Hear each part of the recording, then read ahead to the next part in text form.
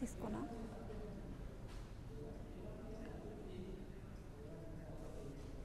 Breaking news చూస్తున్నాం. జయరాం హత్య కేసును పోలీసులు ఛేదించారు. జయరాంను తానే హత్య చేశానంటూ రాకేష్ రెడ్డి అంగీకరించారు. ఇక ఇదే అంశానికి సంబంధించి మరింత సమాచారం మా ప్రతినిధి ఇన్నారెడ్డి అందిస్తారు. ఇన్నారెడ్డి, చెప్పండి, దీనిపై మీ దగ్గర అప్డేట్స్ ఏంటి?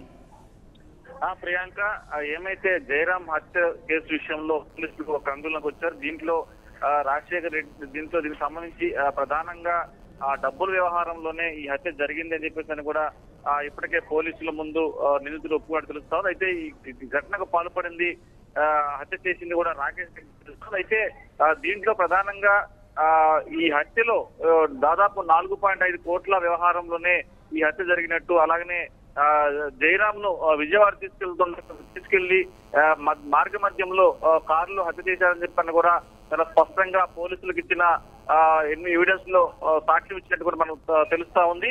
అయితే దీంట్లో ఈ మర్డర్ కు సంబంధించి మరి కాసేపట్లో దీనికి సంబంధించిన జయరాం సంబంధించిన భార్య కూడా మీడియా ముందుకు వచ్చి కొన్ని విషయాలు కూడా చెప్పే అవకాశం కనిపిస్తా ఉంది.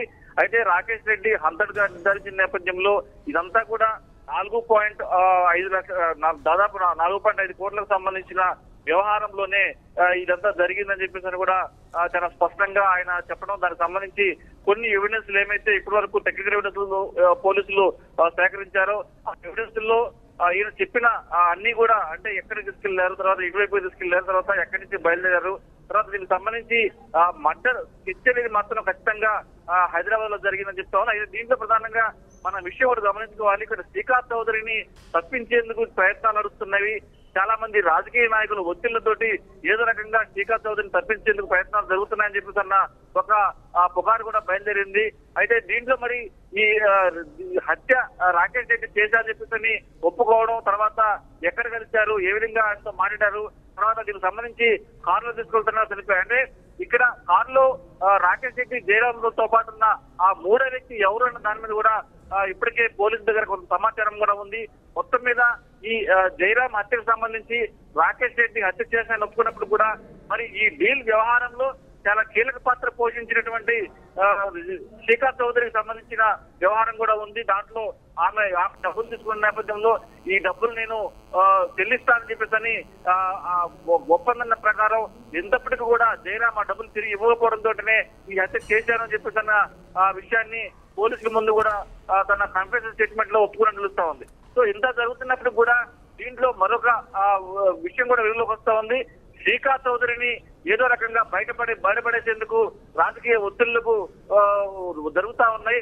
ఏదో రకంగా శ్రీకాంత్ చౌదరి సంబంధం లేకుండా ఉండేందుకే చాలా మంది ప్రయత్నం చేస్తున్నారని చెప్పేసి ఒక పుకారు కూడా జరుగుతుంది. ఏదైనా కూడా పోలీస్ ఇంటరాగేషన్ లో మాత్రం చాలా స్పష్టంగా రాకేష్ రెడ్డి ఈ హత్యను చేశాను, ఈ 4.5 కోట్ల వ్యవహారంలో తాను ఇస్తానని ఒప్పుకొని ఎంతప్పటికి కూడా దాని మీద ఎలాంటి సమాచారం ఇవ్వకుండా, ఏమాత్రం కూడా దాని మీద రెస్పాండ్ అవ్వకుండా ఉన్న నేపథ్యంలోనే ఈ హత్యను చేయాల్సి వచ్చిందని చెప్పేసి కూడా రాకేష్ రెడ్డి తన వాంగ్మూలంలో ఒప్పుకున్నట్టుగా కూడా తెలుస్తా ఉంది. సో ఏదైనప్పటికీ ఈ కేసు మిస్టరీ వీడినప్పటికీ మరి దీంట్లో కొన్ని అనుమానాలు ఉన్నాయి. దీంట్లో శ్రీకాంత్ చౌదరిని తప్పించేందుకు చేసిన ప్రయత్నాలని చెప్పేసి కూడా కొన్ని ఆరోపణలు నేపథ్యంలో దాని మీద పోలీసులు ఎలాంటి సమాచారం ఇస్తారు కూడా చూడాలి. అలాగనే హత్యకు స్కెచ్ అనేది హైదరాబాద్ లో జరిగింది. ఈ రాకేష్ రెడ్డితో పాటు శ్రీకాంత్ చౌదరి కూడా ఇన్వాల్వ్మెంట్ అయి ఉందా హత్య చేయడానికి? రాకేష్ రెడ్డి పురికొల్పిందా? తర్వాత దీంట్లో ఇంకెవరెవరు ఉన్నారు? ఆ రోజు కారులో ముగ్గురు ఉన్నారని చెప్పేసి సీసీ కెమెరా ఫుటేజ్ లో చాలా స్పష్టంగా కనిపించింది. మరి కారులో ఉన్న మూడో వ్యక్తి ఎవరని దాని మీద కూడా ఇంకా పూర్తిగా సమాచారం రావాల్సింది. ఏదైనప్పటికీ కూడా ఈ కారులో జయరాం ను హైదరాబాద్ తీసుకెళ్లి మార్గ మధ్యలో చంపాయని చెప్పేసి కూడా రాకేష్ రెడ్డి చాలా స్పష్టంగా తన వాంగ్మూలం ఒప్పుకున్నట్టు కూడా తెలుస్తా ఉంది. సో ఈ కేసు మిస్టరీ వీడినప్పుడు కూడా కొన్ని అనుమానాలు ఇంకా నివృత్తి కావాల్సి ఉంది. దీంట్లో శ్రీకాంత్ చౌదరి ఇన్వాల్వ్మెంట్ ఏంటి, శ్రీకాంత్ చౌదరి తర్వాత రాకేష్ రెడ్డి ఇద్దరు కలిసి మర్డర్ ప్లాన్ చేశారా, లేకపోతే దీంట్లో ఈయన ఒక్కడే ఎందుకు చంపాల్సి వచ్చింది, అసలు డబ్బులు ఇవ్వాల్సింది శ్రీకాంత్ చౌదరి అయితే ఆ డబ్బులు నేను ఇస్తానని చెప్పేసి జయరాం ఒప్పుకోవడం, ఆ జయరాం ఇవ్వకపోవడం వల్ల చంపేశారన్న నేపథ్యంలో మరి ఇంత దారుణంగా చంపాల్సిన పరిస్థితులు ఎందుకు వచ్చాయన్న విషయం మీద ఇంకా క్లారిటీ రావాల్సి ఉంది. దీని మీద మరికాసేపులో కూడా ఈ శ్రీకాంత్ చౌదరి వ్యవహారం సంబంధించి కావచ్చు, తర్వాత జయరామ్ సంబంధించిన హత్యకు సంబంధించి వారు కుటుంబ సభ్యులు మరి కాసేపట్లో మీడియా ముందుకు వచ్చి వాళ్ళకు సంబంధించిన వ్యవహారాలు కొన్ని బయటపెట్టే అవకాశం కనిపిస్తా ఉంది. సో ప్రస్తుతం ఈ హత్య చేసింది రాకేష్ రెడ్డి అని చెప్పి కూడా ఈ హత్య వెనుక ఉన్న వ్యక్తులు ఎవరు, దీంట్లో శ్రీకాంత్ చౌదరి పాత్ర ఎంత, తర్వాత ఆ కారులో ఉన్న 3వ వ్యక్తి దాని మీద ఇంకా కొంత సమాచారం రావాల్సి ఉంది Priyanka. Okay right, thank you Inna Reddy.